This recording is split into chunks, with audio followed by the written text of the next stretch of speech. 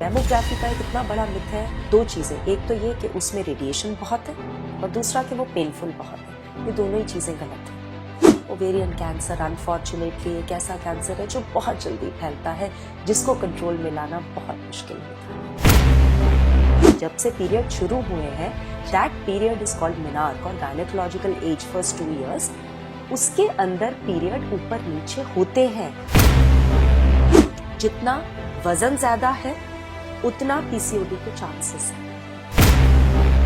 Women health एक ऐसी चीज है जिसको हम सब इग्नोर करते हैं। टीनेज से लेके एडोलेसेंट से लेकर कॉलेज क्या और प्रेगनेंसीज क्या, सब चीजें ना कोई गाइडलाइंस है इंडिया में, ना कोई बताता है कि आपको क्या क्या चीजें करनी चाहिए, क्या नहीं करनी चाहिए। नमस्कार, मैं हूं मणि और आप देख रहे हैं द न्यू इंडियंस। आज हमारे साथ एक बहुत ही जानी मानी डुअल डिग्री होल्डर डॉक्टर क्लॉसी सब्रवाल मैम हैं। She is a radiologist and has a fellowship in gynaecology. So first of all ma'am, welcome to our show. Thank you so much, आपने हमारे लिए टाइम निकाला and you are here. Ma'am, सबसे पहले मैं आपसे फर्स्ट क्वेश्चन या पहली बात ही ये करना चाहूंगी कि इंडिया में जो ओवरऑल वुमेन्स की हेल्थ है वो बहुत इम्पोर्टेंट है और वो कहीं ना कहीं सबसे बड़ा टॉपिक है जो इग्नोर होता है। इस पे आप क्या अपना स्टैंड लेना चाहेंगी? Thank you so much. मैं बहुत ही अपने आप को खुशकिस्मत समझती हूँ जब मेरे से विमेन हेल्थ के रिलेटेड कोई बात होती है। ये एक टॉपिक है जो मेरे अपने हेल्थ को लेकर, मेरी फैमिली की हेल्थ को लेकर, सबको लेकर मेरे को बहुत कुछ सीखने को मिला है कि विमेन हेल्थ एक ऐसी चीज है जिसको हम सब इग्नोर करते हैं। टीनेज से लेके एडोलेसेंट से लेकर कॉलेज क्या और प्रेगनेंसीज क्या, सब चीजें ना कोई गाइडलाइंस है इंडिया में, ना कोई बताता है कि आपको क्या क्या चीजें करनी चाहिए, क्या नहीं करनी चाहिए। तो हर एक डेकेड एक लेडी की लाइफ के अंदर बहुत इंपॉर्टेंट है। तो वो हमें टेस्ट से लेके, वैक्सीनेशन से लेके, खाने से लेके, अपने हर चीज का हमें ध्यान रखना है and that is only in our hands. हम स्टार्टिंग विथ टीनेजर्स, अगर हम टीन्स की बात करें तो गर्ल्स में हम बहुत सारी प्रॉब्लम्स देखते हैं which is general lifestyle issues, या उन चीज़ों के बारे में हमें स्कूल में भी इतना अच्छा सिखाया नहीं जाता। So ma'am, what do you have to say about PCOS and PCOD which are very common in teenagers these days? उनकी लाइफस्टाइल के ऊपर इतना वो इश्यूज आ गए हैं कि व्हाट शुड बी डन। कुछ ऐसी चीजें बताइए जिससे टीनेजर्स जो मेंटेन करके अपनी हेल्थ को बेटर कर सके। बहुत ही एक इम्पॉर्टेंट एस्पेक्ट जो है टीनेज लाइफ का, वो दो चीजें सबसे ज्यादा इम्पॉर्टेंट है। एक, उनको अवेयरनेस होनी, दूसरा उनको ये कॉन्फिडेंस होना कि उनको कोई समझ रहा है और उनकी बात कोई सुन रहा है। सो सबसे पहली बात है अवेयरनेस होनी। पीसीओडी, पीसीओएस, पीसीओएम, इसको जिस मर्जी नाम से बोल लीजिए, पॉलीसिस्टिक ओवेरियन डिजीज एक बहुत ही कॉमन कंडीशन है, लेकिन कोई डरने वाली बात नहीं है। इसका इतना बड़ा एक हवा बना देते हैं जैसे पता नहीं क्या हो गया है। ये एक बहुत ही सिंपल कंडीशन है जिसमें एक गर्ल के मेल हार्मोन्स थोड़े ज्यादा हो जाते हैं, जिसके करके उसके जो पीरियड्स हैं वो इरेगुलर हो जाते हैं। लेकिन उसको डायग्नोस करना सही तरीके से बहुत इंपॉर्टेंट है। जब भी एक टीनेज लड़की के पीरियड स्टार्ट होते हैं तो पहले 2 साल, जिसको कि हम उसकी गायनेकोलॉजिकल एज कहते हैं, जब से पीरियड शुरू हुए हैं, that period is called menarche और गायनेकोलॉजिकल एज फर्स्ट 2 years।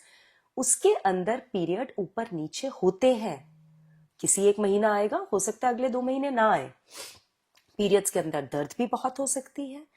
जब तक ये चीजें 1-2 महीना ऊपर नीचे हो रहा है, it's absolutely fine, there is nothing. उसके बारे में बिल्कुल नहीं डरना है, बिल्कुल नहीं घबराना है। हाँ, अगर आपके पीरियड शुरू हुए 2 साल से ऊपर हो चुके हैं, फिर आपको टेस्ट करवाना चाहिए। और एक बेसिक टेस्ट होता है आपके, जब पीरियड स्टार्ट होते हैं दूसरे से चौथे दिन के बीच में एक अल्ट्रासाउंड होता है।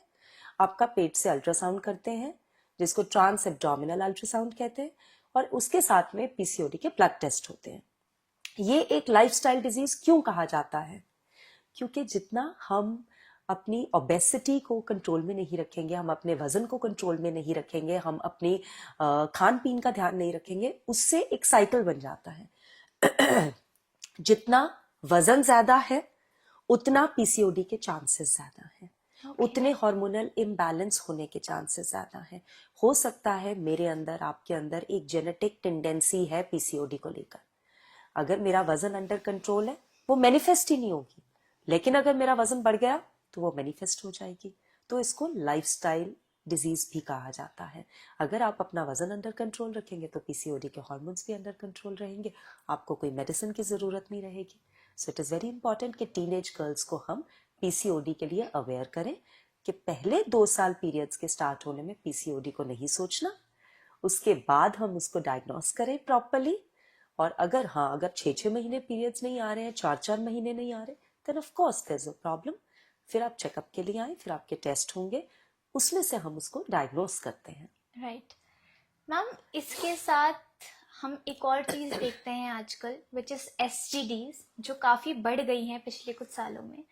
तो उस पे जैसे हमारा जो हमने बोला कि स्कूल्स भी सेक्सुअल एजुकेशन नहीं देते हैं, तो उन एसटीडीज का वुमेन की हेल्थ पे क्या इम्पैक्ट पड़ता है? देखिए, सेक्सुअली ट्रांसमिटेड डिजीजेस जो एसटीडीज या सेक्सुअली ट्रांसमिटेड इन्फेक्शंस, एसटीआईज, दोनों एक ही चीज होती हैं।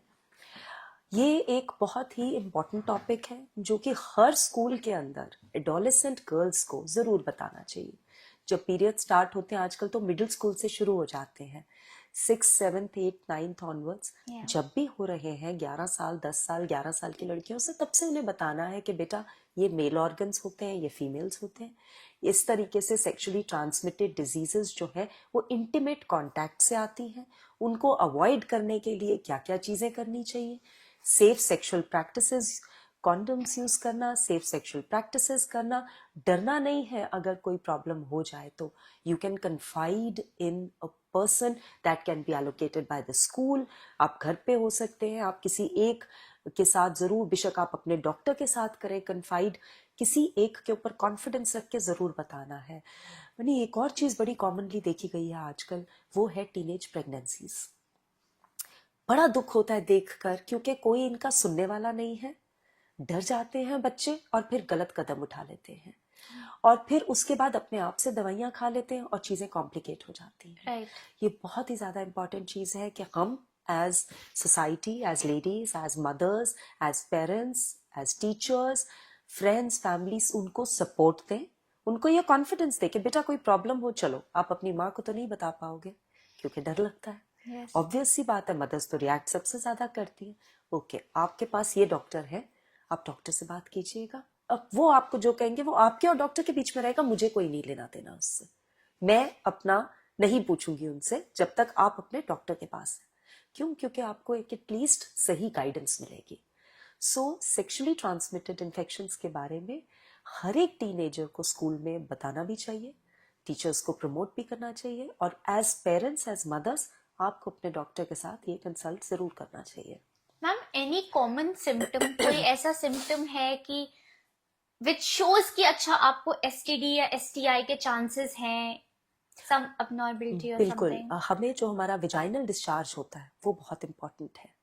कुछ नॉर्मल होता है, जैसे पीरियड्स के 10-15 दिन के बाद थोड़ा सा डिस्चार्ज होता है ओवुलेशन टाइम पे, वो नॉर्मल है। पीरियड आने से एक आधा दिन पहले डिस्चार्ज होता है, वो नॉर्मल है।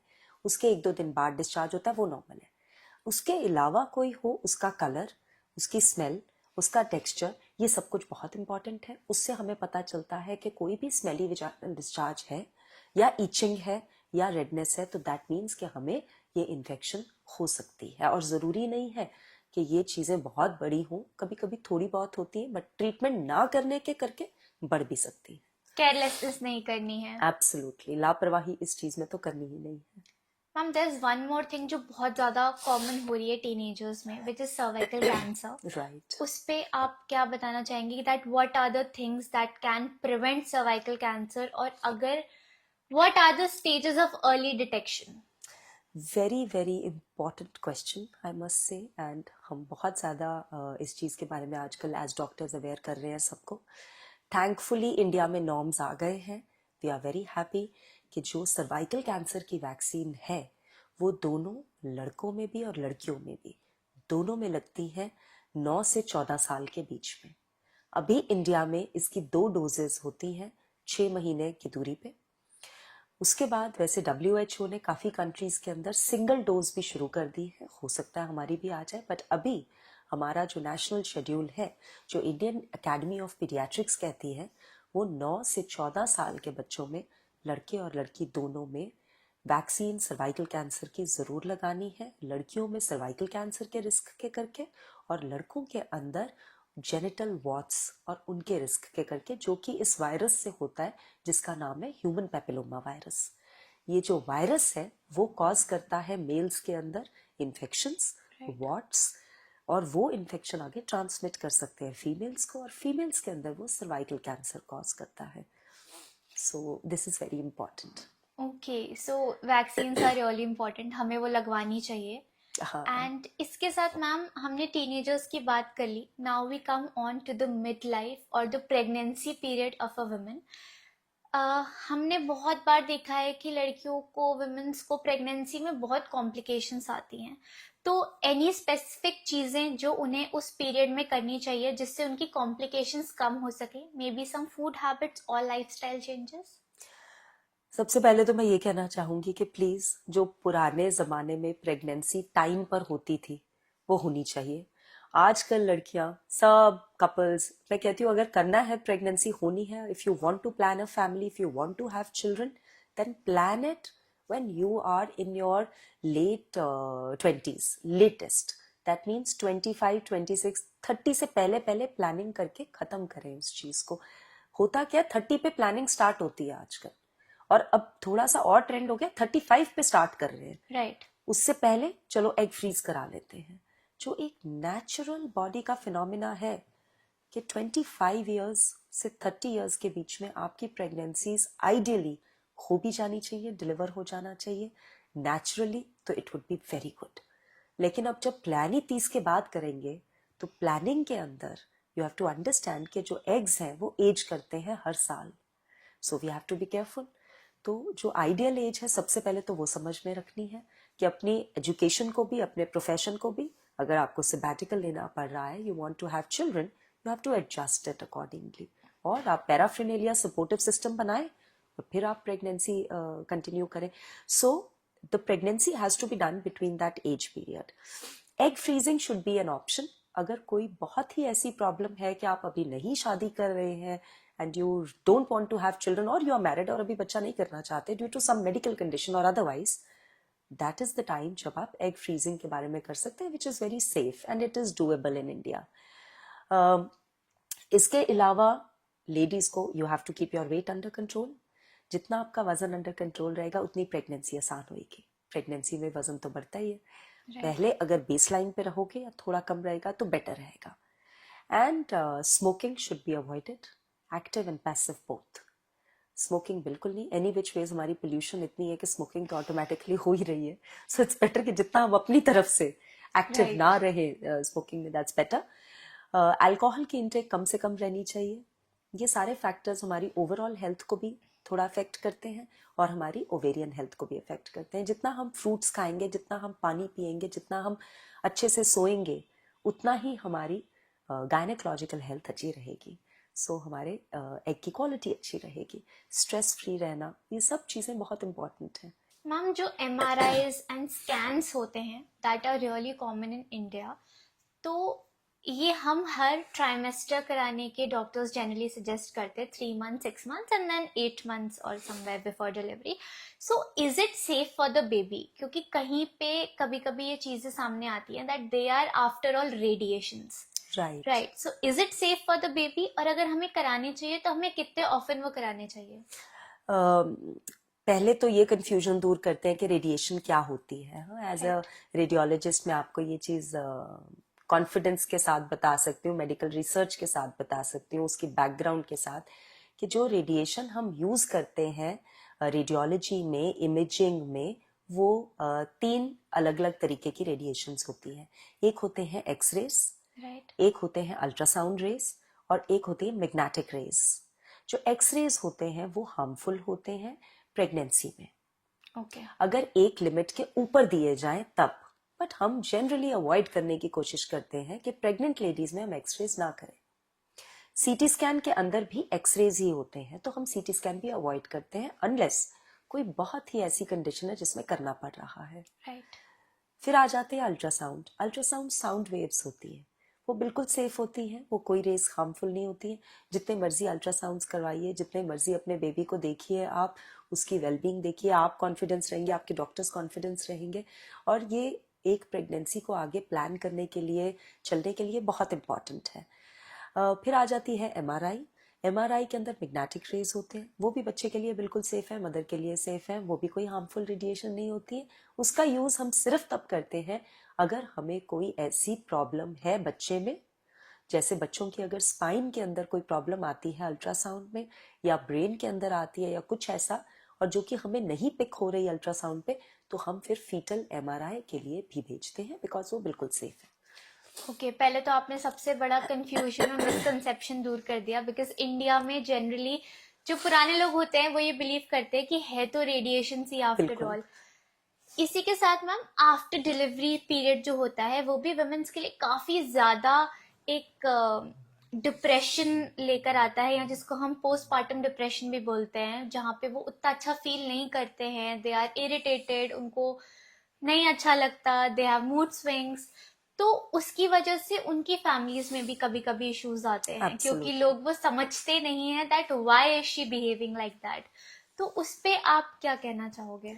देखिए, जब तक आप प्रेग्नेंट होते हैं तब तो वो हार्मोन्स आपका ग्लो भी रखते हैं, आपके बाल, आपका स्किन, आपका सब कुछ बड़ा टॉप पे रहता है। जैसे ही डिलीवरी होती है, आपकी बॉडी में से वो हार्मोन्स कम होते हैं, आप ब्रेस्ट फीडिंग कराते हैं, आप एग्जॉस्टेड रहते हैं, बच्चे के साथ रात भी जागनी पड़ती है, ना दिन का पता ना सोने का पता, वेट भी आपका बड़ा होता है।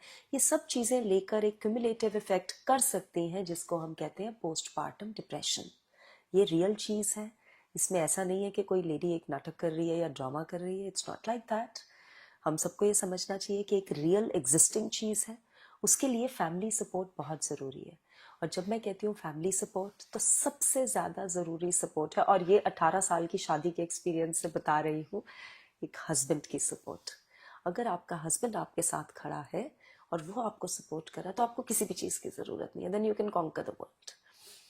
सो हस्बैंड्स की सपोर्ट बहुत ज़रूरी है। रात भर जागे, बांट के ड्यूटी जागे। मेरे हस्बैंड भी डॉक्टर हैं। जब हमारा बच्चा छोटा था 12 साल पहले, तो आधा टाइम वो रात को जागते थे, आधा टाइम मैं जागती थी। दोनों डॉक्टर हैं, बांट के करते थे हर चीज़। तो फीडिंग मैं कराती थी, डायपर वो चेंज करते थे, खाना मैं खिलाती थी, बर्प वो देते थे। इससे क्या होता है कि आपका एक बॉन्डिंग बनती है बच्चे के साथ, और साथ साथ में आपकी ड्यूटीज और रिस्पॉन्सिबिलिटीज बढ़ जाती है। So this is a good way of doing it. तो इसी के साथ हमारे सामने एक और चीज आती है which is breast feeding in women. तो क्या वो भी उनकी हेल्थ को अफेक्ट करती है कहीं ना कहीं, अगर उनका अच्छे से ख्याल ना रखा जाए तो?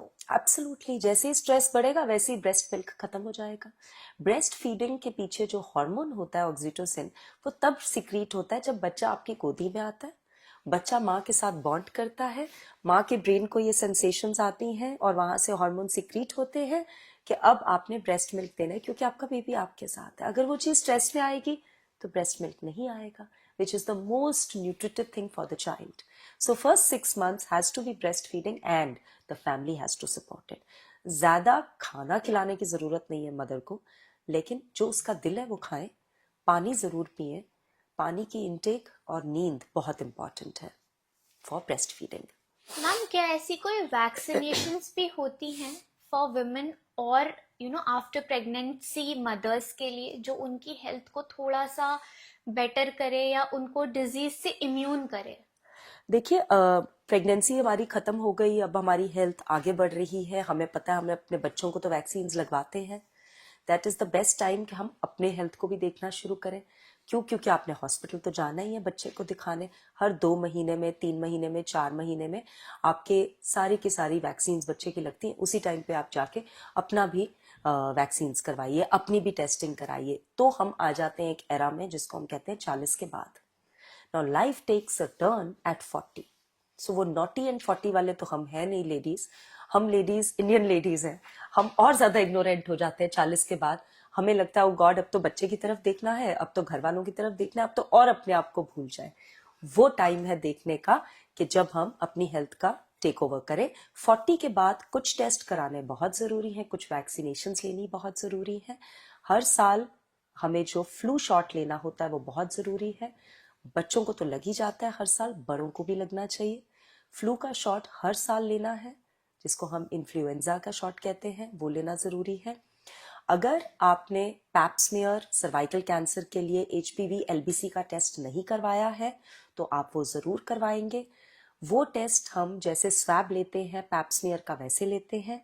अगर उसके अंदर वायरस आता है तो फिर टेस्ट के साथ साथ में आपको ट्रीटमेंट भी मिलती है और उसके साथ में वैक्सीन भी लगती है। फिर उसके अलावा आपका अल्ट्रासाउंड होना चाहिए पूरे पेट का, जिसमें गॉल ब्लैडर, यूट्रस सब कुछ कवर हो, किडनीज, एवरीथिंग, साल में एक बार।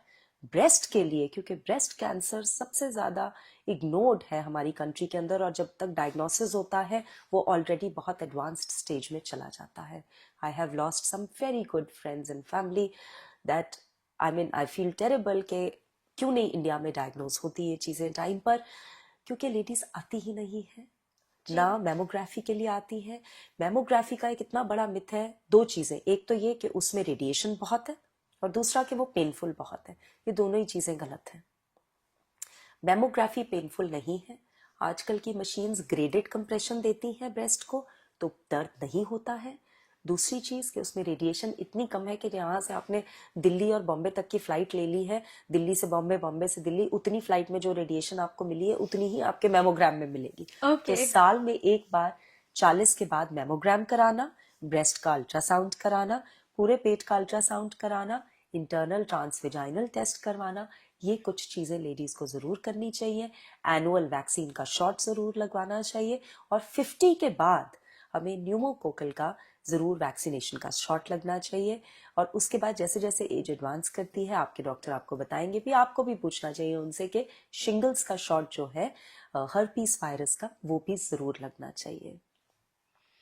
मैम आपने ब्रेस्ट कैंसर की तो बात करी, बट ब्रेस्ट कैंसर के साथ जो हमने एल्डर वुमेन की बात करी, ओवर 40 की जो हमने बात करी, तो उनमें और भी टाइप के कैंसर्स आते हैं। दे हैव ओवेरियन कैंसर्स, और भी काफ़ी रिस्क से वो एक्सपोज्ड रहते हैं।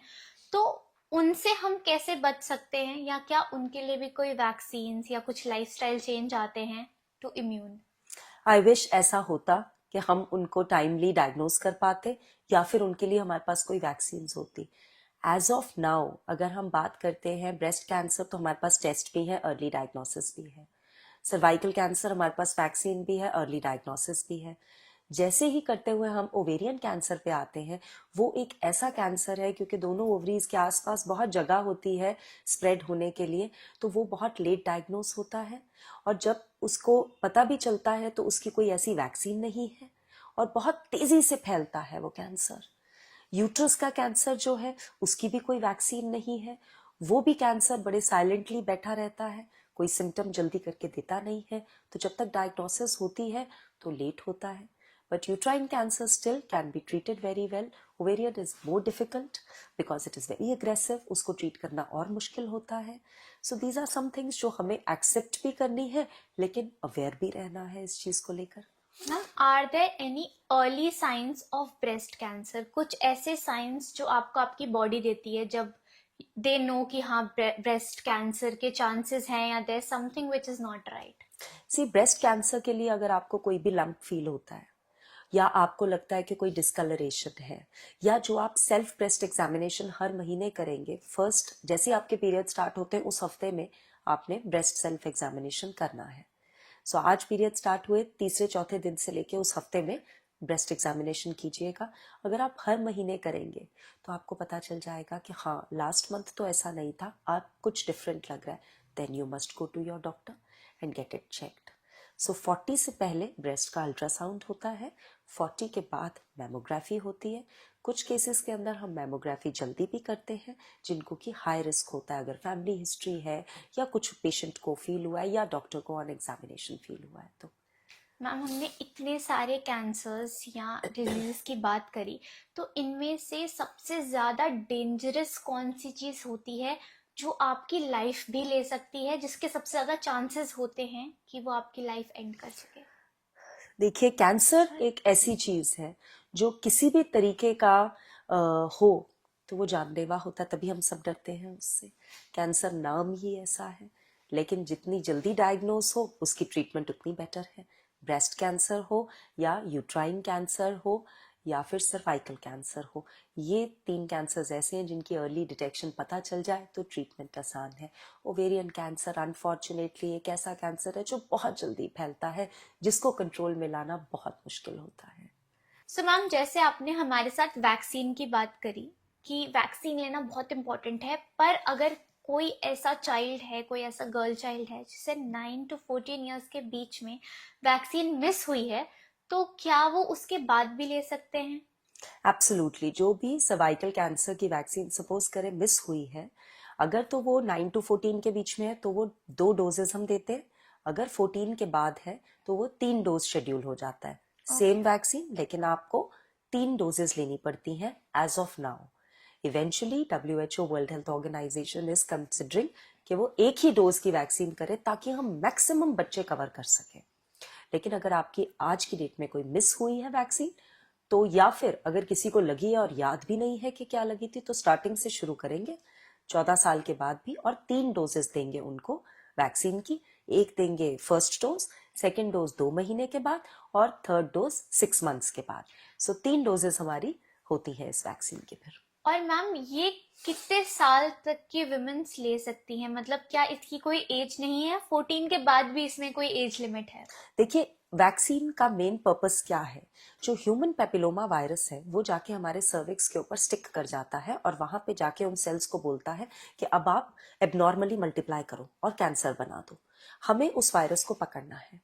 वो वायरस के अगेंस्ट हम वैक्सीन लगाकर अपनी बॉडी के अंदर एंटीबॉडीज ले आते हैं। इसका मतलब जैसे ही वो वायरस हमारी बॉडी में आए, हमारी एंटीबॉडीज उसको अटैक करें और वो वायरस काम कर ना पाए। वो वायरस आने से पहले एंटीबॉडीज का बॉडी में होना जरूरी है। वो वायरस कैसे आता है? इंटीमेट सेक्सुअल से, कांटेक्ट से। सो जब भी आपकी सेक्सुअल इंटीमेसी होती है, आपका फर्स्ट सेक्सुअल इंटरकोर्स होता है, तब आपके चांसेस बढ़ जाते हैं कि ये वायरस आ सकता है। तो आइडियली फर्स्ट सेक्सुअल इंटरकोर्स से पहले आपको वैक्सीन लग जानी चाहिए। अगर मिस हुई है तो, और आपको पता है कि आपका बच्चा 16, 17, 18 साल का है, तो आपको वैक्सीन लगवा लेनी चाहिए। मैरिज से पहले तक लगवा लेनी चाहिए। लेकिन अगर एक बारी आपके बच्चे हो चुके हैं, आपकी डिलीवरीज हो चुकी हैं, आप प्रेग्नेंट हो चुके हैं, यू आर सेक्सुअली एक्टिव, तो फिर आप रूटीनली अपना टेस्ट करवाएंगे। HPV, LBC, पैप्समियर का जो बेटर वर्जन है, थोड़ा डिटेल्ड वर्जन है, we get that test done. वो टेस्ट हमें ये बताता है कि अंदर वायरस है कि नहीं। अगर वायरस है तो हम पहले वायरस की ट्रीटमेंट करते हैं और फिर आपको वैक्सीन लगाते हैं। अदरवाइज वो वैक्सीन इज योर चॉइस, लगवानी है या नहीं। बिकॉज अब आपको पता है कि वो वायरस जो है वो हमारी बॉडी में ऑलरेडी होगा, तो हमारी इनहेरेंट इम्यूनिटी तो होगी, बट टेस्ट हमें फिर भी करवाना है। So after you get married, get the pap smear with HPV LBC test. Okay. तो मैम, जैसे आपने मैरिज की बात करी, तो मैरिज के बाद आप न्यूली वेड्स को क्या एडवाइस देना चाहेंगे जो अपने हनीमून पे जाते हैं? या बहुत सारी विमेन्स जो होती है बहुत कंसर्न होती हैं अबाउट अनप्लान्ड प्रेगनेंसीज जो प्लानिंग के बिना हो जाती हैं, and like what is one tip जो उनको हमेशा ध्यान में रखनी चाहिए?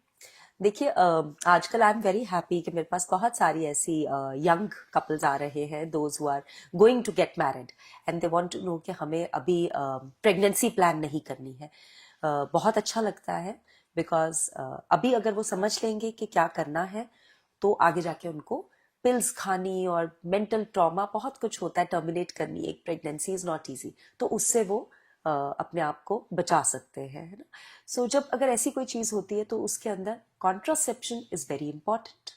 उसके अंदर मेल कॉन्ट्रासेप्शन होती है और फीमेल कॉन्ट्रासेप्शन होती है। हम उनको यही समझाते हैं कि फीमेल कॉन्ट्रासेप्शन के भी डिफरेंट डिफरेंट टाइप्स होते हैं। आपको क्या सूट करता है आप अपने डॉक्टर से डिस्कस करो। ओरल कॉन्ट्रासेप्टिव पिल्स बहुत सेफ होती हैं।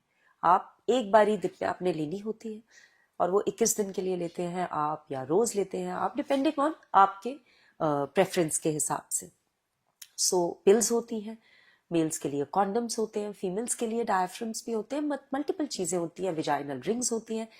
सो ये जो सब चीजें हैं ये अवेलेबल हैं इंडिया में और हमें यूज करनी चाहिए। और हमें पता होना चाहिए कि हम ये कर सकते हैं और प्रेगनेंसी तभी प्लान करें जब हमें करना है। लेकिन इसके अंदर एक चीज इंपॉर्टेंट है कि अगर आप ओरल कॉन्ट्रासेप्टिव पिल्स ले रहे हैं तो वो 3 महीने या 6 महीने से ऊपर ना लें। मैं हमेशा अपने पेशेंट्स को यही कहती हूँ, न्यूली वेड्स को, कि 3 महीने का मैंने आपको बफर दिया है, एंजॉय कर लो, उसके बाद come back to me, because I would not like you to continue oral contraceptive pills more than 4 to 6 months। सो वो जरूर करना है। दूसरा, हनीमून पे जाने वालों को पढ़ाई ही एक अच्छा पीरियड होता है, इट्स अ हैप्पी पीरियड। कोई नहीं चाहता कि अपने हनीमून पे तबीयत खराब हो जाए। इसको हम कहते हैं, एक जो कॉमन कंडीशन होती है उसे हम कहते हैं हनीमून सिस्टाइटिस, ब्लैडर की इंफेक्शन, यूटीआई, यूरिनरी ट्रैक्ट की infection. This is known as honeymoon cystitis. ये बहुत ही कॉमन होता है, इंटरकॉर्स के बाद होता है, आप ट्रैवल करते हैं तब होता है। तो जो इतने यूरिनरी सिम्टम्स होते हैं, बार बार वॉशरूम जाना, यूरिन में ब्लड आना, दर्द होनी, जलन होनी, लग के आना बाथरूम आपको, ये सारी चीज़ों को अवॉइड करने के लिए आप पानी ज़्यादा पिएंगे, आप हाइजीन प्रॉपर रखेंगे, क्लीनिंग प्रॉपर करेंगे, कॉटन अंडरगारमेंट्स यूज करेंगे, और एक जाने से पहले अपनी किट जरूर मेडिसिन की साथ लेके जाएंगे, अपनी डॉक्टर की प्रिस्क्रिप्शन के साथ, कि जब स्टार्ट होने लगे ये तभी मेडिसिन ले लो ताकि आपका पीरियड स्मूथ निकल जाए। सो दिस इज इम्पोर्टेंट। राइट। इसके साथ मैम एक और बहुत सारी चीज़, एक बहुत बड़ी चीज़ है जो मैं आपसे पूछना चाहूँगी कि जो हमारी यंग गर्ल्स होती हैं, आजकल मार्केट में इतने टैम्पॉन्स, पैड्स, मेंस्ट्रुअल कप्स और इतने ऑप्शंस अवेलेबल हैं, और क्योंकि सही नॉलेज नहीं है तो उनको पता नहीं होता कि क्या चीज़ उनके लिए उस पॉइंट पे सही है।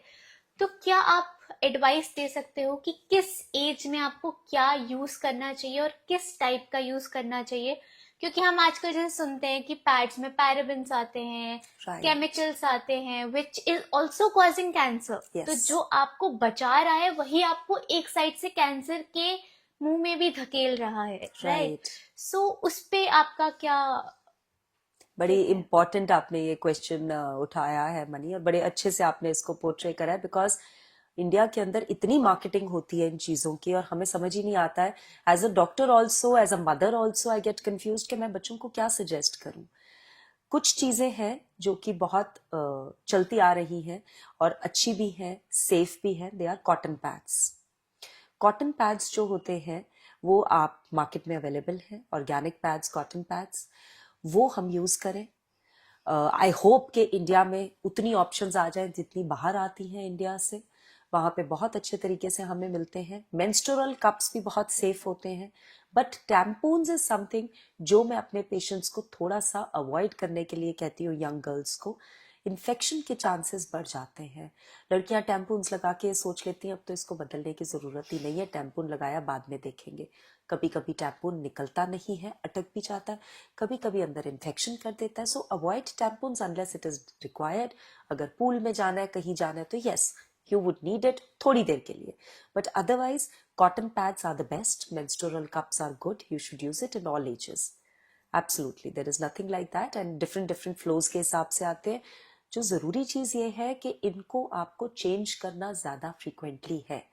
अगर आपका पैड आधा या 1/4 या 2 ड्रॉप से भी भरा है लेकिन 4 घंटे हो गए, 3 से 4 घंटे, you have to change it. Okay. So you must change it, not keep waiting कि जब पैड फुली नहीं हुआ तो मैं उसको चेंज क्यों करूं। So this is important. Hygiene maintain करना is very important. Absolutely. So ma'am, आपने इतने अच्छे से हर चीज एक्सप्लेन करी। आई फील ये जो सारी चीजें हैं ये वुमेन ऑफ ऑल एजेस को बहुत ज्यादा समझ में आएंगी और शायद वो अपनी हेल्थ पे थोड़ा बेटर ध्यान दे पाएं। शायद टीनेजर्स थोड़े और प्रिकॉशनरी मेजर्स ले पाएं और शायद उनकी हेल्थ बेटर हो पाए। So thank you so much ma'am हमारे साथ जुड़ने के लिए। आपने टाइम निकाला, हमारे साथ जुड़ी आप। Thank you so much for that. Thank you for inviting me. मेरे को बहुत अच्छा लगता है जब आपके जैसी ब्यूटीफुल गर्ल्स आती है और हमसे क्वेश्चंस पूछती है और ये अवेयरनेस स्प्रेड करती हैं। बिकॉज अगर एक लेडी ही नहीं करेगी ये तो कौन करेगा? हमें तो अपने लिए खुद ही बोलना है और खुद ही करना है और एक दूसरे को सपोर्ट करनी है। This is very very important and thank you so much. Thank you so much. हमें फॉलो, शेयर व लाइक करना न भूलें और लेटेस्ट न्यूज अपडेट्स के लिए नोटिफिकेशन जरूर जरूर ऑन कर लें।